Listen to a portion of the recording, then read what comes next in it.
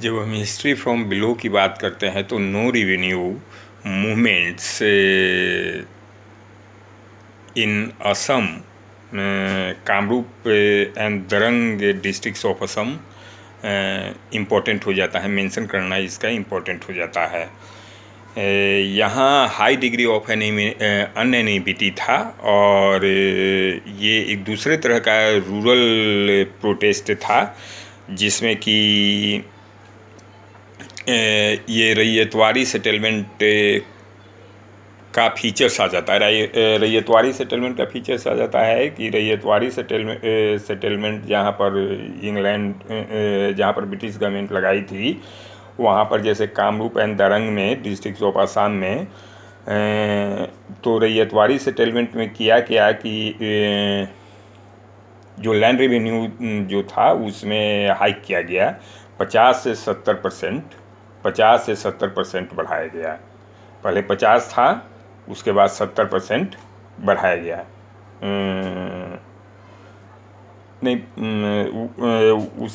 उसमें तो इसका आउटकम क्या हुआ कि राजमहल्स जो थे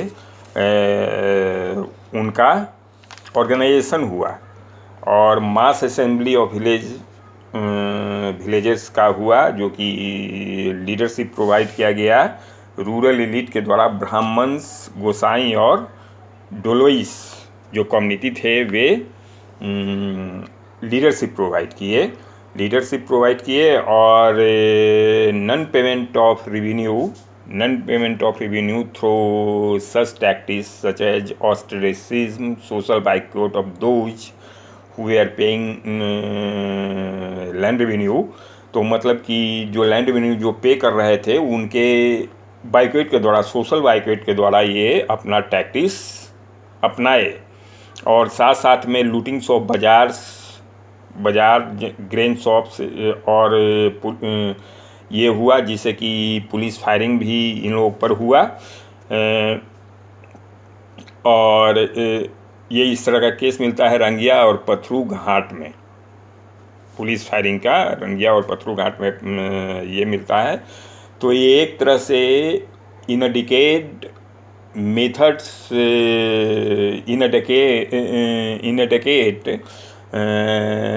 मेथड्स ऑफ जो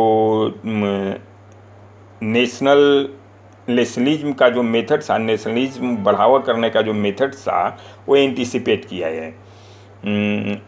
सच एज कि सोशल बाइकआउट जो कि बाद में आने जा रहा था 1905 के बाद, ये इस तरह का टैक्टिस नेशनलिस्ट के द्वारा अपनाया गया था। तो एक तरह से ये अहेड ही एंटिसिपेट किया इस तरह का टैक्टिस। अच्छा, उसके बाद जो जो रेवेन्यू रिडक्शन जो डिमांड था वो जोरहट सार्वजनिक सभा के द्वारा सपोर्ट किया गया कि रेवेन्यू का, लैंड रेवेन्यू का रिडक्शन किया जाए। और इम्पेरियल लेजिस्लेटिव काउंसिल में रास बिहारी घोष के द्वारा इसका प्रस्ताव, जो कि मॉडरेट कांग्रेस लीडर थे, इसका प्रस्तावना दिया गया कि लैंड रेवेन्यू में रिमिशन होना चाहिए, लैंड रेवेन्यू को रिड्यूस करना चाहिए और सम कंसेशंस इवेंचुअली ऑब्टेन भी किया गया। लेकिन at the other end of the scale plebeian militancy भी देखा जा सकता है, जैसे कि पुष्परम कन्हार जो कि बेल मेटल आर्टिसन था सरुखेत्री का, उसके द्वारा वो अपना जैसे लूटिंग्स ऑफ बाजार इस तरह का घटना में हुए वो पार्टिसिपेट किया था। अब है महाराष्ट्र के डेक्कन में 1896-97 में फैमाइन कंडीशन इतना भयावह हो गया कि लूटिंग ऑफ ग्रेन शॉप्स और डिमांड फॉर रेवेन्यू रिमिशन भी फैमाइन कोड के तहत किया जाने लगे। फैमाइन कोड में ये मेंशन था कि यदि किसी साल का फसल यदि बर्बाद हो जाता है और भूखमरी की स्थिति आ जाती है, अकाल पड़ जाता है, तो गवर्नमेंट रिमिशन देगी। तिलक इसके लिए एजेंट्स जो पूना सार्वजनिक जो ये गवर्नमेंट रिमिशन देगी, जो कि गवर्नमेंट रिजेक्ट कर दी और पूना सार्वजनिक सभा जो कि तिलक के द्वारा ऑक्युपाइड था उस समय, वो एजेंट्स को दूर दूर कंट्री साइड में भेजने लगे, अपने जो लीगल राइट्स जो रईस का होता है फैमाइन कोड के तहत, उसको समझने के लिए और समझाने के लिए, और रेवेन्यू रिडक्शन का का डिमांड करने के लिए। मतलब कि जो रईस का जो लीगल राइट्स होता है उसको इस्टेब्लिश करने के लिए, उसको सस्टेन करने के लिए तिलक एजेंट्स भेजे विलेज कंट्री साइड में। और लेकिन इस तरह से जो नेशनलिस्ट थे, तो इंग्लिश गवर्नमेंट इस पर की जो इरिश रिवोल्यूशन था उससे इसका मापदंड किया जाने लगा कि, और लेकिन बेसिकली जो तिलक का जो ये था, मतलब कि एजेंट्स को कंट्री साइड में सेंड करते थे, और पाम्पलेट मतलब सर्कुलेशन ऑफ पाम्पलेट्स और होल्डिंग ऑफ मीटिंग्स, इतना ही तक ये तिलक अपने एक्टिविटी को कन्फाइन किए थे। तो लेकिन short lived no revenue combination other Maharashtra के अदर ज़िले में भी ऑर्गेनाइज किया जाने लगा, जैसे थाना, कोलाबा, रत्नागिरी, ये सब। तो इस तरह से ये एक तरफ तो इंटेलिजेंसिया का एक तरफ सपोर्ट हुआ, और दूसरी तरफ जो विलेज जो पॉपुलेशन था उसमें कम्बिनेशन हो गया। तो इस तरह से ये दोनों का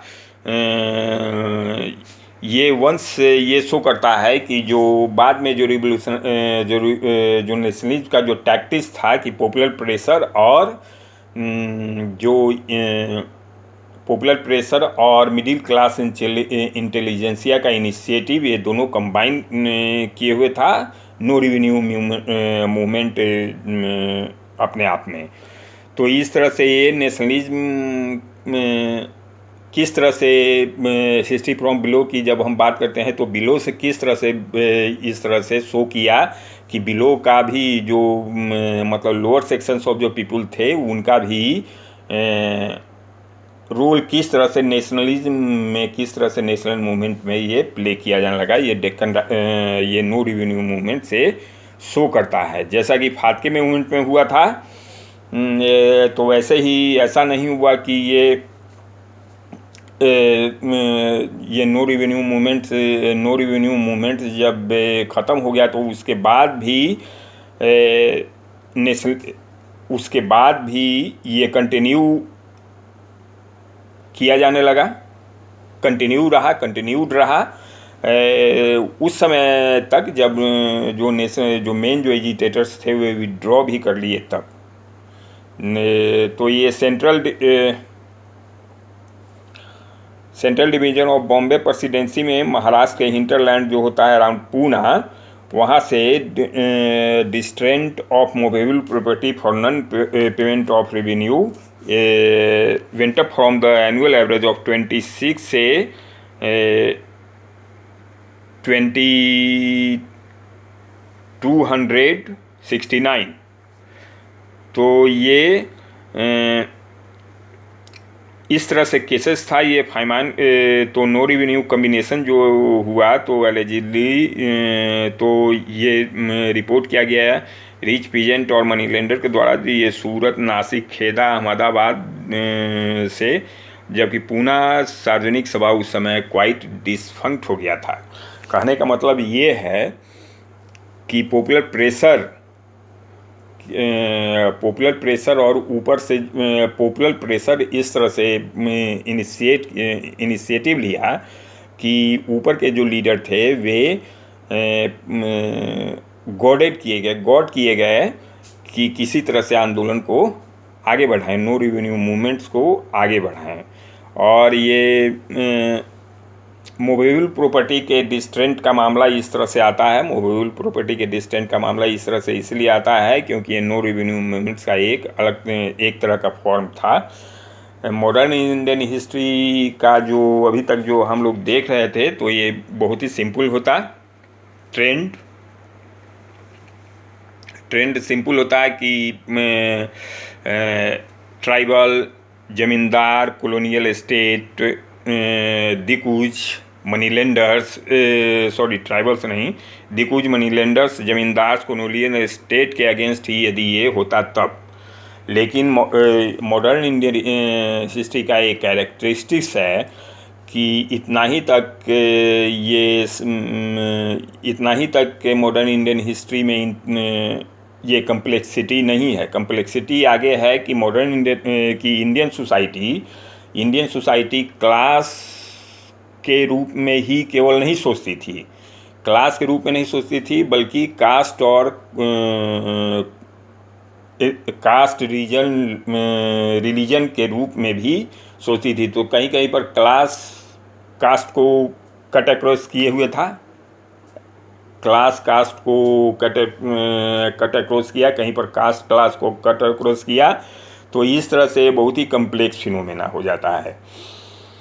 साथ साथ में ये भी हम देखते हैं कि जो मॉडर्न इंडियन हिस्ट्री का जो कंसेप्ट है, मॉडर्न इंडियन हिस्ट्री का कंसेप्ट है कि ब्रिटिश यहाँ पर आए, अपना डोमिनेंस जमाए और उससे वैलिड रिएक्शन हुआ एमोंग सेक्शंस ऑफ पीपुल जो कि इंडिया में एग्जिस्ट कर रहे थे। तो उससे वैलिड रिएक्शन हुआ। तो एक तो अगेंस्ट में हुआ, वैलिड जो सेक्शंस ऑफ पीपुल थे वो अगेंस्ट में, मतलब इम्पीरियलिज्म के अगेंस्ट में ये किए, अगेंस्ट में कदम उठाए एक तरफ से। तो ये था मतलब कि और एक तरफ अपने आप में वैलिड सेक्शंस ऑफ जो पीपुल थे, वे अपने आप में भी लड़े, अपने आप में भी लड़े। तो बेसिक इंटरेस्ट अपने आप में भी लड़े, और वो भी लड़े तो वो भी केवल क्लास और सेक्शन के आधार पे नहीं, बल्कि कास्ट, रीजन, कॉम्युनल के आधार पे। तो Indian history on the whole बहुत ही कॉम्प्लेक्स हो जाता है। तो फर्दर हम लोग कास्ट कंसियसनेस की बात करेंगे। Thank you.